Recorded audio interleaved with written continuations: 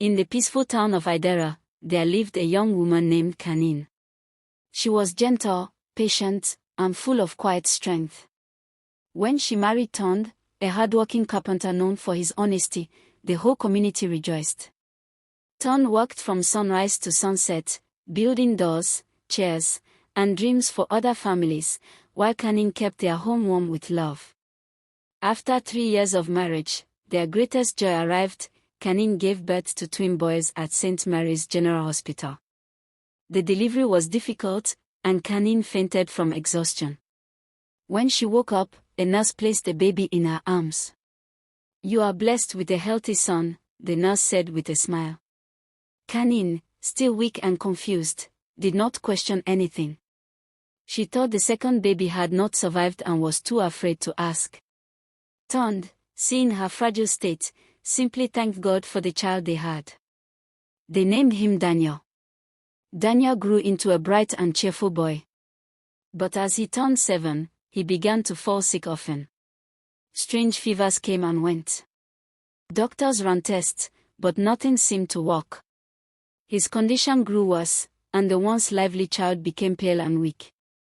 One desperate evening, an elderly woman in the neighborhood whispered to Kanin, "There are some sicknesses that medicine alone cannot cure. Sometimes, destiny is calling." Out of fear and hope, Kanin and Tond traveled to a prayer mountain called Mount Elaro Prayer Center. There, a prophet prayed over Daniel and then looked at Kanin with serious eyes. "This child is not alone in this world," he said. "He was born with another. His spirit longs for his brother." Kanin's heart froze. "That cannot be," she whispered. "I was told nothing." But the prophet insisted. "Search. The truth is hidden in the place of his birth."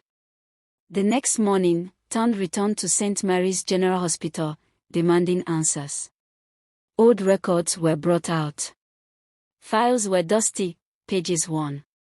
At first, nothing seemed unusual. Then a young nurse named Ada, who had recently started working there, overheard their story. Curious, she dug deeper into archived files and discovered something shocking.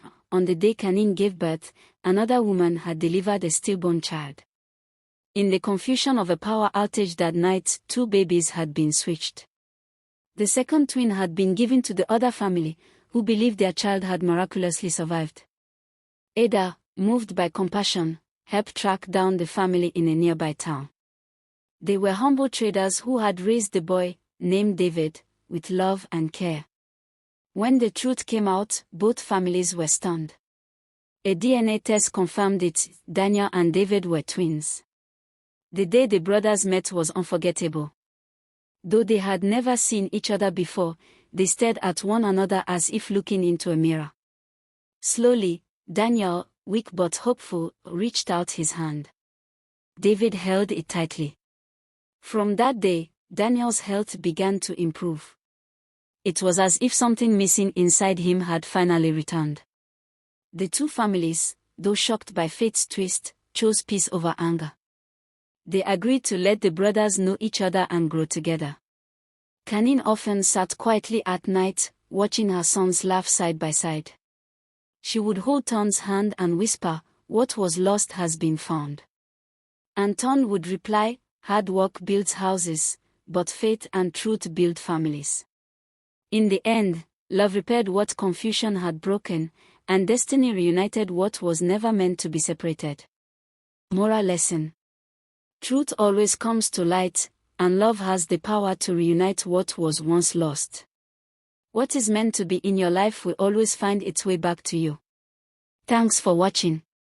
Please subscribe, like and comment on Folk Night TV.